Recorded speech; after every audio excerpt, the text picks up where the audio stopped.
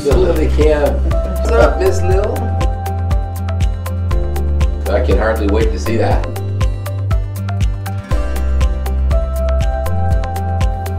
Happy Friday, Baylor College of Medicine and friends of Baylor. You'll notice I got my mask back on because numbers are up once again. We'll talk about that in a second. Let's think about what's going on in the world and compare two interesting countries, China and Canada. They both begin with C. That's where the similarities stop. So China is now loosening up their lockdowns, and they realize that everyone's going crazy there. But you still have to provide proof of PCR negativity anywhere you go. So they're still pretty restrictive in China. But it's been a huge disruption to their economy, to the world. Canada is also now loosening up, and Canada has been also pretty restrictive.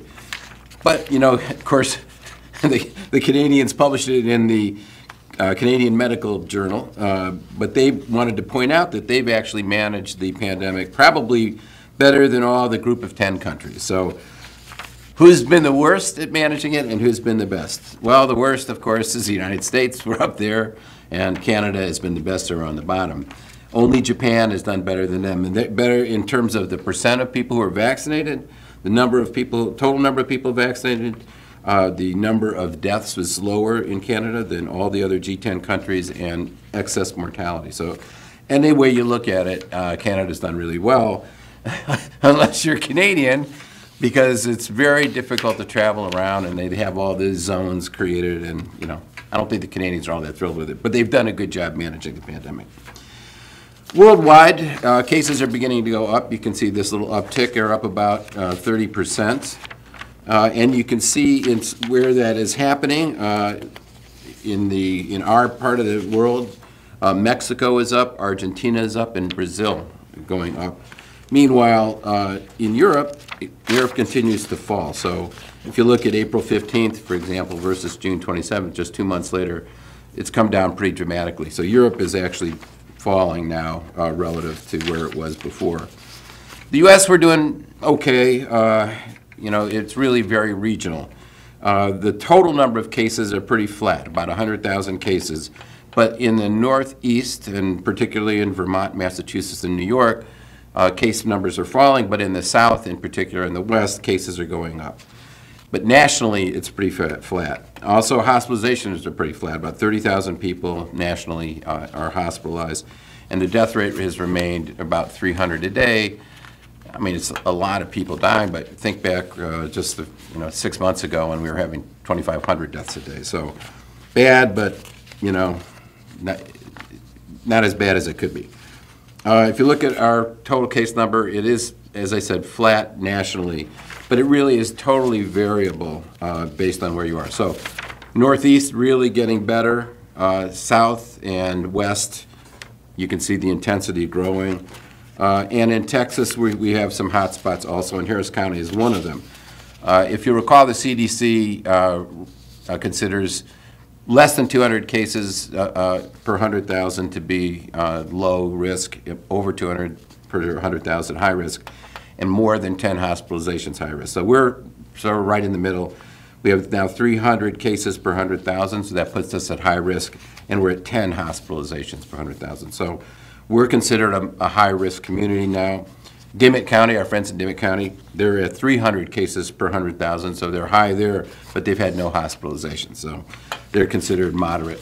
But Dimmitt, we always love the Javeliners coming back to town, so you can never tell what's going on. So the best indicator, of course, is wastewater, and I put in blue circles the ones going down. That's mostly in the Northeast, and in the red circles, the places where it's going up. And I think this is really the best evidence of how the country is. This is the number of wastewater samples that are positive in red and the ones that are negative or falling in blue.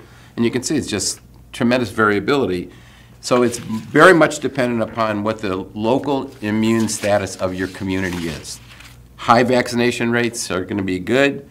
Places where there are low vaccination rates and not a lot of people who've had it are going to be worse. And right now, Harris County is looking bad. All of our wastewater numbers are going up. it's gone up from 500% compared to July 6, 2020. Now it's up to 636%. So we continue to rise. I think it's rising each week a little slower, so I think we're coming to the peak, but we'll see. We can only see. But right now we're at a high-risk community again, which of course has led us to, on campus, to re-implement the mask mandate. If you look at what the predominant strain, it's Omicron still. BA.2.12.1 has been the dominant strain, with BA.4 and 5 coming up. And that's really interesting. It is not taking over the way Omicron took over Delta. All these are Omicron strains, and 4 and 5 are not as aggressively taking over as much as the BA.2 took over from BA.1. So it is growing, and it's particularly growing in our community. If you look at Texas and Florida, they have the highest percentage, you can see, of BA.4 and 5. And I mentioned this last week. It's interesting to look at the various waves of these variants.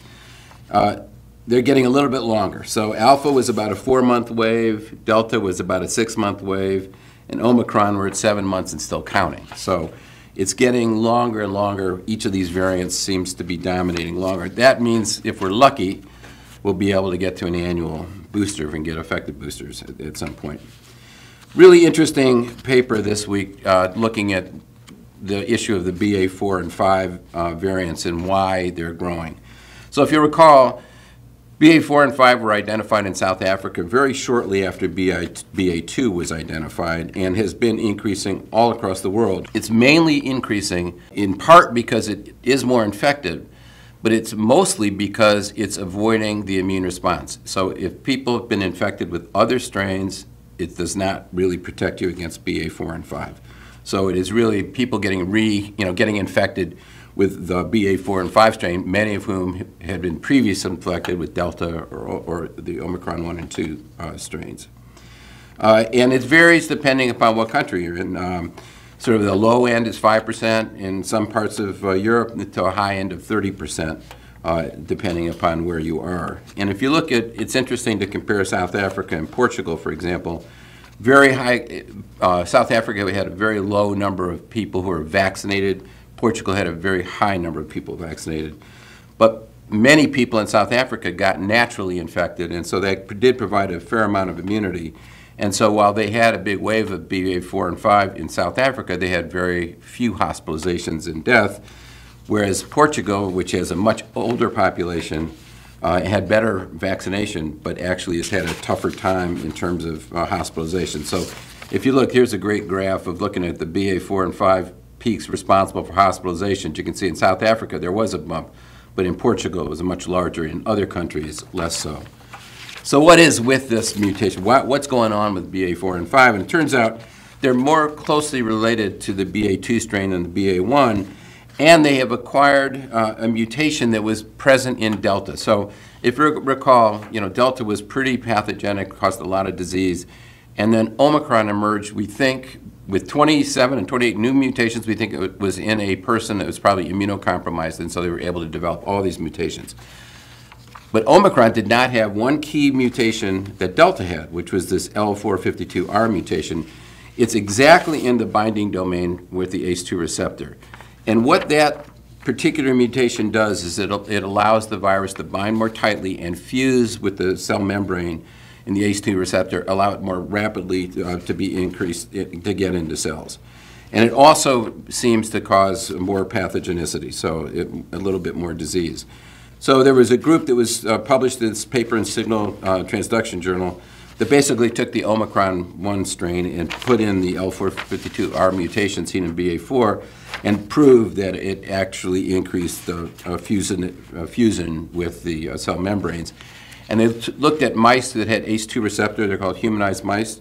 And in those mice, that particular mutation led to greater infection in lung tissue and also more morbidity. And so it looks like that L452 variant is really, really important, and that's what really has separated BA.4 or 5 from the earlier versions.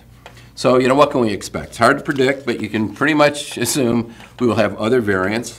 There are plenty of places in the spike protein where antibodies recognize the spike protein but could mutate to avoid recognition, so there's still plenty of opportunities for mutations to happen. The only good thing is Omicron is seeming to dominate longer, so we have this 7-month period of Omicron. And the longer Omicron is dominating, the more likely we are to develop resistance against Omicron, because more and more people will develop immunity to that particular variant. And we know epi studies have shown that with each successive variant, it seems to get less pathogenic, less hospitalizations and death, but there's no guarantee of that. And this one acquisition of the Delta mutation, that L452R in the B4 and 5, is worrisome, because that is an example where it actually is acquired a mutation that is more pathogenic. So we don't know, what's going to happen, but I would assume, I think what's going to happen is these waves will get longer and longer and longer. Hopefully, eventually, over be a year or two, and we'll be able to catch up with, by vaccinating people, we'll be able to catch up with the virus.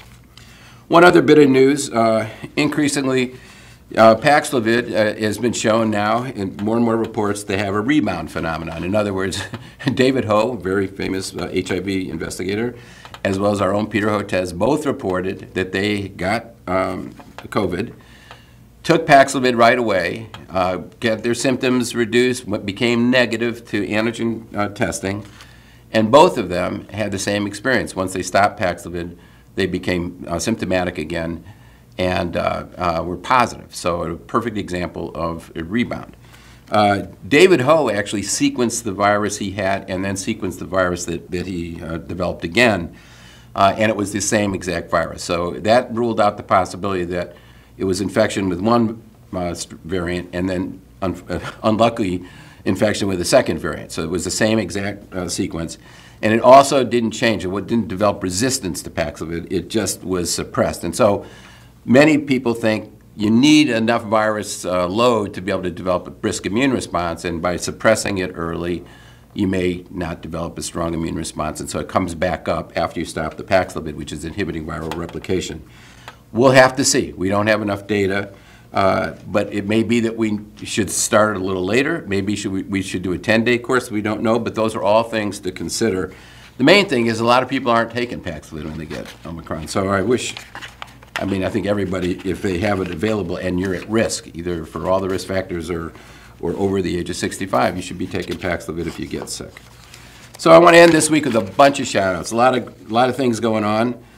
First of all, I want to thank Jesse from Dimmitt County, who let me know that the mascots of the Carrizo Springs High School in Dimmitt County are actually the Wildcats. Now, I'm sorry that they're not the Javelinas, but the Javelinas turn out to be like their rival school that's the mascot of the Crystal City High School in Zavala County. So sorry about that, but Javelinas love Dimmitt County. Probably should have changed the name to whatever. And it shouldn't be Wildcats anyway. I think Bobcats are the most common cat in Dimmitt County. Also want to do 2 shout-outs to our affiliated hospital. First to the Children's Hospital of San Antonio, who added the giant Baylor College of Medicine logo to their building. Beautiful picture. We're very proud of that. And to Harris Health System that received the 2022 Gage Award for Population Health from America's Essential Hospitals for its home visit program that helps diabetic patients manage their disease. Great program, fantastic safety net hospital, also one of our great affiliated hospitals. I want to thank Deborah Taylor, a member of our SimLab team, who's retiring after 33 years at Baylor. She deserves to retire. Anybody, I don't know how you made it 33 years, but congratulations, you did a fantastic job. Everybody loves you. And also to our own Dr. Maria Elena Battazzi. So the Carnegie Corporation of New York announced its annual list of great immigrants that recognize naturalized citizens whose contributions and actions have enriched and strengthened our society and democracy. Of the 34 honorees this year, Dr. Maria Elena Battazzi, who's the Associate Dean of the School of Tropical Medicine, was named and picked for her pioneering work on the development of a COVID-19 vaccine with Peter Hotez. And finally, I want to just tell you, if you're traveling, which, for the July 4th weekend, remember the CDC website. You can go, it can tell you what your location and what kind of risk there is there, so you'll know whether or not you should be wearing a mask or not. And please think about that as you travel. And I really, really want to wish you a wonderful July 4th. Lily and I are going to be celebrating July 4th. We're going to find a beach somewhere, I'm not sure where. But have a great July 4th weekend, and I can't wait to see you next week.